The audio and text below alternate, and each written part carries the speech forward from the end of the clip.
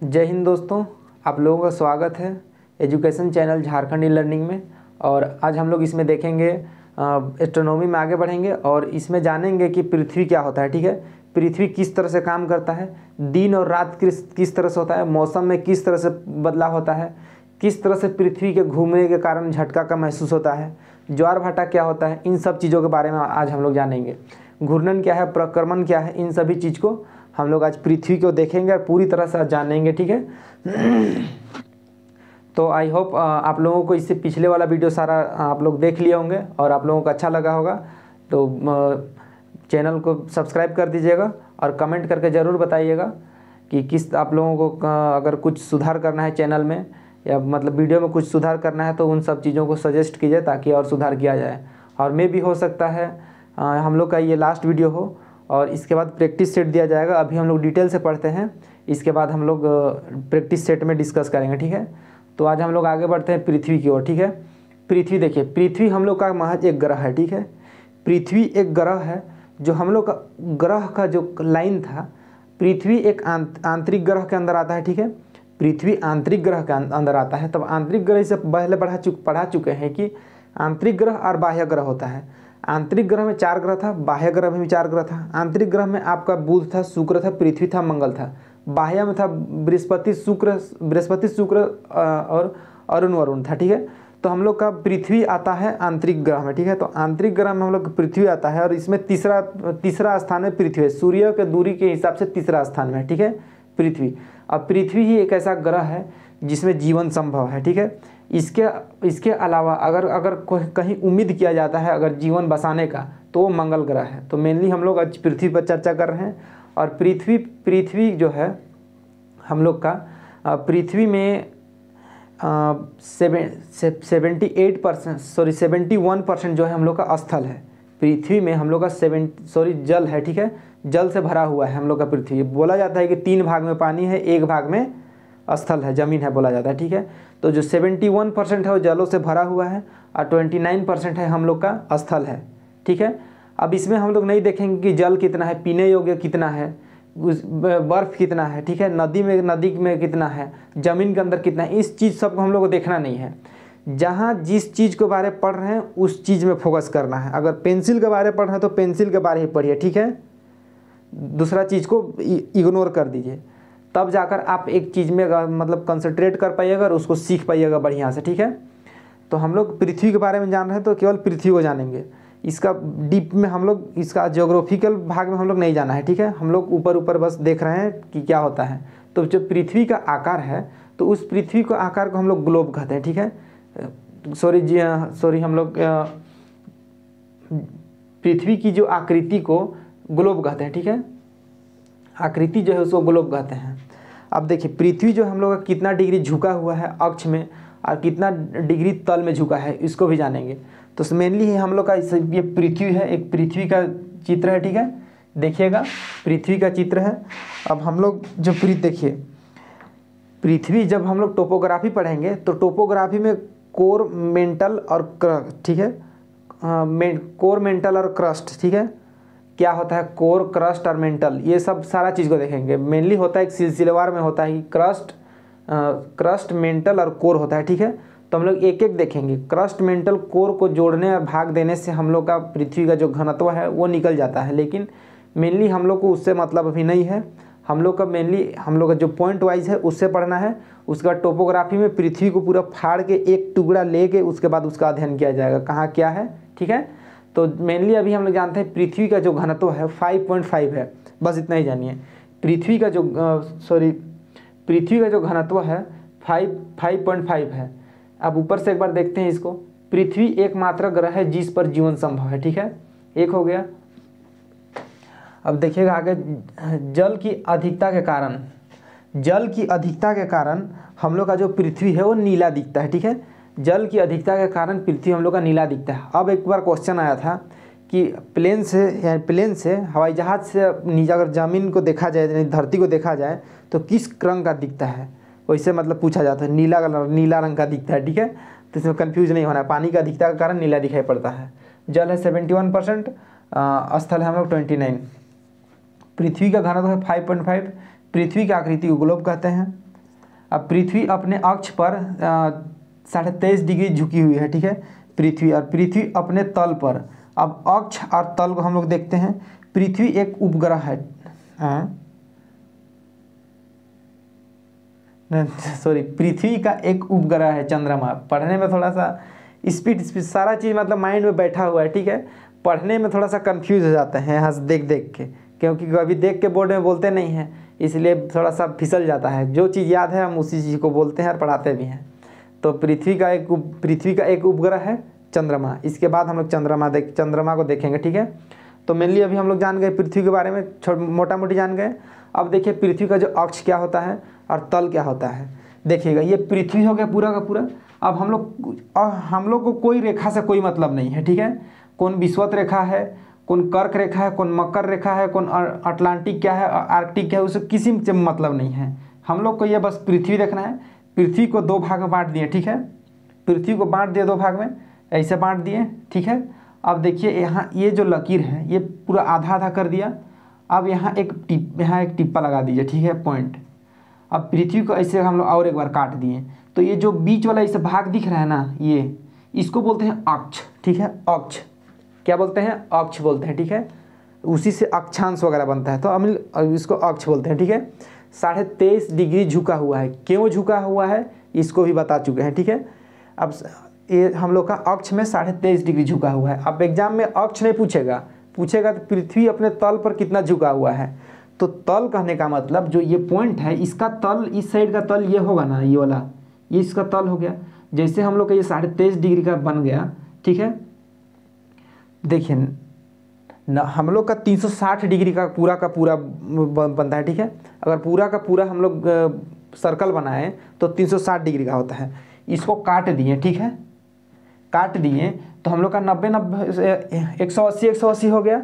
अब इसको आधा आधा कर दिए, ठीक है, आधा आधा कर दिए तो 90 हो गया। 90 डिग्री का हम लोग का सर्कल बन गया।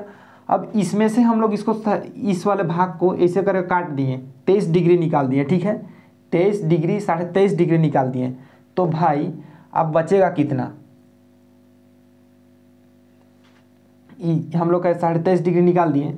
तो यहाँ से जब इसको, यहाँ से एक कोण बना है यहाँ, ठीक है, तो यहाँ भी तो एक कोण बन रहा है, ऐसे हम लोग मार्क कर दिए। तो यहाँ भी तो एक कोण बन रहा है, ठीक है, यानी पृथ्वी का ये तल से, ये उसका धरातल यानी तल हो गया यहाँ, ठीक है, इसको मेनली तल मानिए, ये तल है। तो यहाँ से भी तो एक कोण बन रहा है, तो 23.5 डिग्री 66 डिग्री का बनता है, ठीक है, 66 डिग्री का।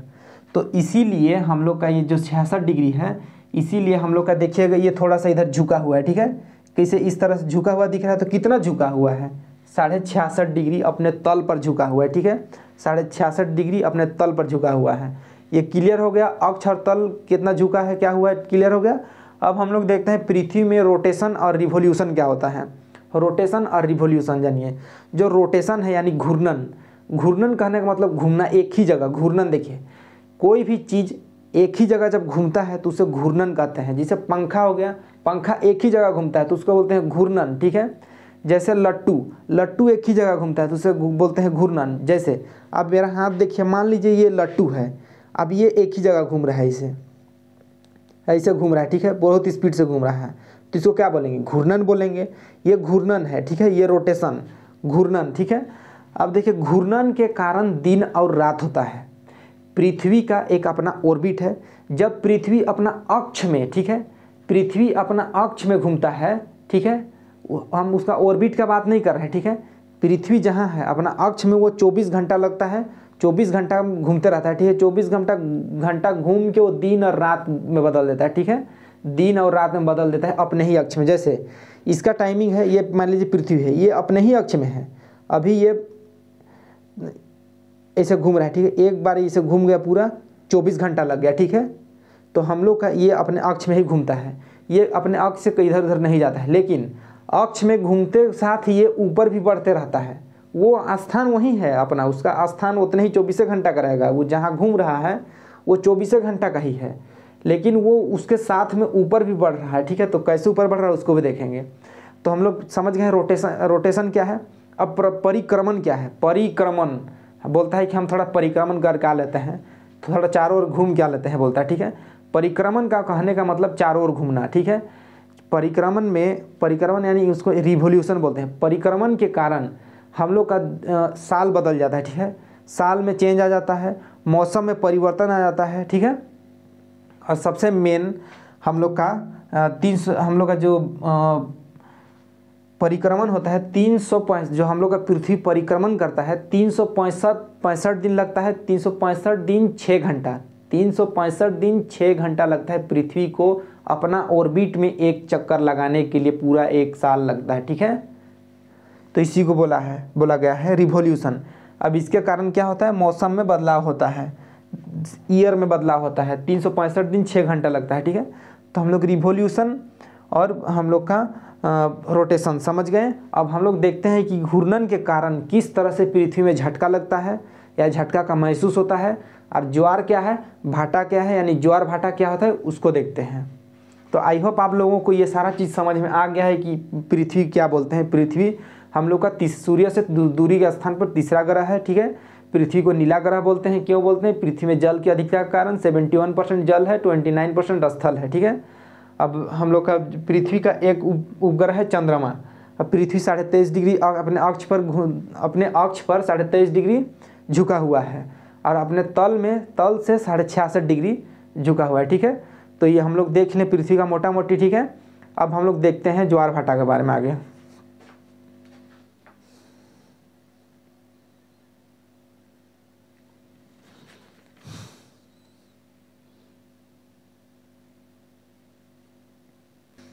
देखिए अब हम लोग आगे देखते हैं कि कोरियोलिस बल क्या होता है, ठीक है। कोरियोलिस बल क्या होता है और हम लोग का ज्वार भाटा क्या होता है, ठीक है, समीर क्या होता है, इन सब चीज़ों को देखते हैं। ये सब सारा चीज़ पृथ्वी से रिलेटेड है। जिस तरह पृथ्वी घूमता है, पृथ्वी के घूमने के कारण ज्वार भाटा का उत्पन्न होता है, समुद्र में लहर का उत्पन्न होता है, ठीक है। लहर उत्पन्न होता है वो हम लोग का पृथ्वी का घूमने के कारण ही उत्पन्न होता है। जो कोरियोलिस बल है, ज्वार भाटा है, समीर का उत्पन्न होना, ये क्यों होता है, पृथ्वी के घूमने के कारण। यहाँ ऊपर लिख दिए हैं पृथ्वी के घूमने के कारण उत्पन्न होता है, ठीक है, ये सारा चीज़। तो देखिए कोरियोलिस बल क्या है, जैसे कहीं मान लीजिए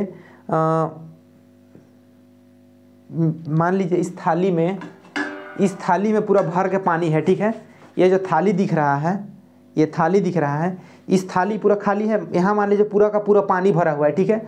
अगर इस पानी मान लीजिए ये पृथ्वी है, ठीक है, ये पृथ्वी है, लेकिन इसमें ये थाली है, इसमें पानी भरा हुआ है, ठीक है। अब इसको हम लोग थोड़ा थोड़ा घुमाएंगे ऐसे करके, ठीक है, ऐसे करके घुमाएंगे तो यहाँ का पानी में थोड़ा सा मतलब क्या बोलते हैं, थोड़ा सा ये पानी थोड़ा सा झटका पहुँचेगा इस पानी में, और ये पानी हिलने लगेगा, ठीक है। हिलने लगे जब पृथ्वी से घूमेगा तो ये पानी भी तो साथ साथ घूमेगा, रोटेट होगा। तो ये पानी जब इधर उधर होगा तो इससे लहर का उत्पन्न हो जाता है, ठीक है। लहर का उत्पन्न हो जाता है, समीर का उत्पन्न हो जाता है, ज्वार भाटा का उत्पन्न हो जाता है, ठीक है। तो मान लीजिए यहाँ पानी है तो इसे पृथ्वी घूम रहा है, ठीक है। पृथ्वी ऐसे घूम रहा है, तो ये पानी भी घूम रहा है, ठीक है। जिस कारण से हम लोग का समीर वगैरह का उत्पन्न होता है, समीर वगैरह, ज्वार भाटा और हम लोग का कोरियोलिस बल। तो आप कोरियोलिस बल देखिए, कोरियोलिस बल समझ में आ गया कि जिस तरह से पृथ्वी घूमता है, ठीक है, उससे एक झटका महसूस होता है हम लोग को। कहने का मतलब जैसे पृथ्वी घूमा, समुद्र में जैसे लहर उठता है, ठीक है, तो बिना बल का तो कोई चीज़ हिलता नहीं है, ठीक है। तो वो पानी उतना पानी कहाँ से एकदम उतना ऊंचा उठ जाता है, क्यों उठता है, पृथ्वी के घूमने के कारण उसमें थोड़ा सा हलचल होता है, यानी झटका महसूस होता है, ठीक है। अब वो नीचे से ब्लास्ट होता है ज्वालामुखी, वो अलग बात है, वो भूकंप वगैरह अलग बात है, लेकिन पृथ्वी जब घूमता है और उससे जो थोड़ा सा झटका महसूस होता है, उस झटका को बोलते हैं कोरियोलिस बल। उससे उत्पन्न होता है लहर समुद्र में, समीर उत्पन्न होता है, ज्वार भाटा उत्पन्न होता है। तो हम लोग कोरियोलिस बल समझ गए कि पृथ्वी के घूमने से एक झटका महसूस होता है, जिसे कोरियोलिस बल कहते हैं। अब जैसे कोरियोलिस बल कारण समुद्र में लहर उठता है, ठीक है, लहर उठना। अब देखिए ज्वार भाटा क्या होता है। ज्वार भाटा जब समुद्र में जैसे पृथ्वी घूमा तो समुद्र में झटका पहुंचा, झटका लगा, उसको कोरियोलिस बल कहे। अब उस झटका से समुद्र का पानी बाहर आता है, ठीक है, बाहर आ गया। समुद्र का पानी जैसे बाहर निकला और हम लोग उस लहर में जाकर एकदम डेगबे करते हैं, ठीक है। तो उसको समझ रहा है कैसे नहाते हैं आप लोग, तो समुद्र के किनारे बीच में कैसे नहाते हैं, जैसे लहर आया तो आप लोग लहर में ही डेग दिए, ठीक है। तो वो जो लहर आया है, ठीक है, वो लहर आया, वो लहर जो बाहर निकल गया उसको बोलते हैं ज्वार, ठीक है। निकल के ये चल गया उतना दूर, ठीक है, उसको बोलते हैं ज्वार, ठीक है। और वही जो पानी है वो पानी फिर से वापस आता है लौट के समुद्र में, तो उसको बोलते हैं भाटा। यानी उन दोनों को मिला देने से ज्वार भाटा बन जाता है, ठीक है, ज्वार भाटा। इसको और डिटेल से हम लोग पढ़ेंगे टोपोग्राफी में, ठीक है। ज्वार भाटा समझ में आएगा। जब समुद्र का पानी बाहर निकलता है तो उसको बोलते हैं ज्वार, और वही पानी जब वापस आता है तो उसको बोलते हैं भाटा, यानी ज्वार भाटा। अब हम लोग समीर को देखते हैं। समीर मतलब समीर यानी कभी कभी कूलर का ऊपर देखिए लिखा हुआ रहता है कि समीर। समीर का मतलब क्या, नाम भी होता है, ठीक है। समीर का मतलब होता है कि थोड़ा ठंडा, थोड़ा ठंडा, ठीक है, पूरा ठंडा नहीं, थोड़ा ठंडा, यानी थोड़ा ठंड का महसूस कराने वाला। जैसे पृथ्वी घूमता है, पृथ्वी के चारों ओर वायुमंडल है, वायुमंडल का 5 परत है, हम लोग को वायु वहाँ भरा हुआ है, ठीक है। तो जब पृथ्वी घूमता है तो साथ साथ में वायु भी घूमता है, ठीक है। इस तरह से वायु भी घूम रहा है, तो उस घूम रहा है तो वो ठंडा हो जाता है, ठीक है। घूमता है तो उससे हम लोग को थोड़ा थोड़ा ठंडा का महसूस होता है, ठंडा हवा आने लगता है। अब देखिए हम लोग का जैसे पंखा है, पंखा जब घूमता है, पंखा घूमता है तो अगल बगल का पंखा के पास हवा है, कुछ घंटा कुछ नहीं है पंखा के पास, ठीक है। वो तो एक घूम रहा है 2-3 गो पंख लेके ऐसे करके, ठीक है। पंखा जो हम लोग का जो यहाँ वातावरण में जो हवा है उसी को वो घुमा के हम लोग को ठंडा हवा यानी थोड़ा सा ठंडा हवा प्रदान करता है, ठीक है। तो उसको बोलते हैं समीर, यानी समीर उसी को बोला जाता है। तो समीर का उत्पन्न होता है पृथ्वी के घूमने से, यानी थोड़ा सा हम लोग को ठंडा हवा का महसूस होता है। दैट्स इट, क्लियर है, ठीक है। ये पृथ्वी हम लोग का पूरा ख़त्म हो गया है और पृथ्वी में वैसा कुछ नहीं है, ठीक है। अब पृथ्वी अब किधर से उगता है किधर से डूबता है ये सब तो बताना नहीं पड़ना चाहिए, ठीक है। तो अब हम लोग का ये अर्थ जो हम लोग देख लिए, अर्थ पूरा कंप्लीट हो गया। अब अर्थ के अंदर का देखना है, उसको हम लोग उसका एक अलग टॉपिक है। तो आई होप आप लोगों को पृथ्वी से संबंधित सारा चीज़ क्लियर हो गया होगा। क्या होता है कोरियोलिस बल, क्या होता है, ठीक है। हम लोग का ज्वार भाटा क्या होता है, समीर क्या होता है, ये लहर कैसे उठता है, ये सारा चीज़ क्लियर हो गया है। तो हम लोग अब चंद्रमा का अध्ययन करेंगे और जानेंगे कि चंद्रमा क्या है, उसमें किस प्रकार का वो काम करता है, कैसे उस अपना रोशनी कहाँ से लेता है, ठीक है, या उसमें वायुमंडल है कि नहीं है, ठीक है, उसके पास ऊष्मा या ऊर्जा है कि नहीं है, और किस तरह से ग्रहण लगता है, सूर्य ग्रहण, चंद्र ग्रहण किस तरह से लगता है, शुक्ल पक्ष क्या होता है, कृष्ण पक्ष क्या होता है, इन सब चीज़ को, अमावस्या क्या होता है, पूर्णिमा क्या होता है, ये सारा चीज़ को अभी हम लोग नेक्स्ट वीडियो में देखेंगे, क्योंकि ये एक अलग टॉपिक हो गया। पृथ्वी और सूर्य को एक जगह नहीं मिलाना चाहिए, ठीक है। तो हम लोग का अब हम लोग का नेक्स्ट टॉपिक रहेगा मून, ठीक है, यानी चांद। सो आज के लिए इतना ही, मिलते हैं नेक्स्ट वीडियो में। Thank you.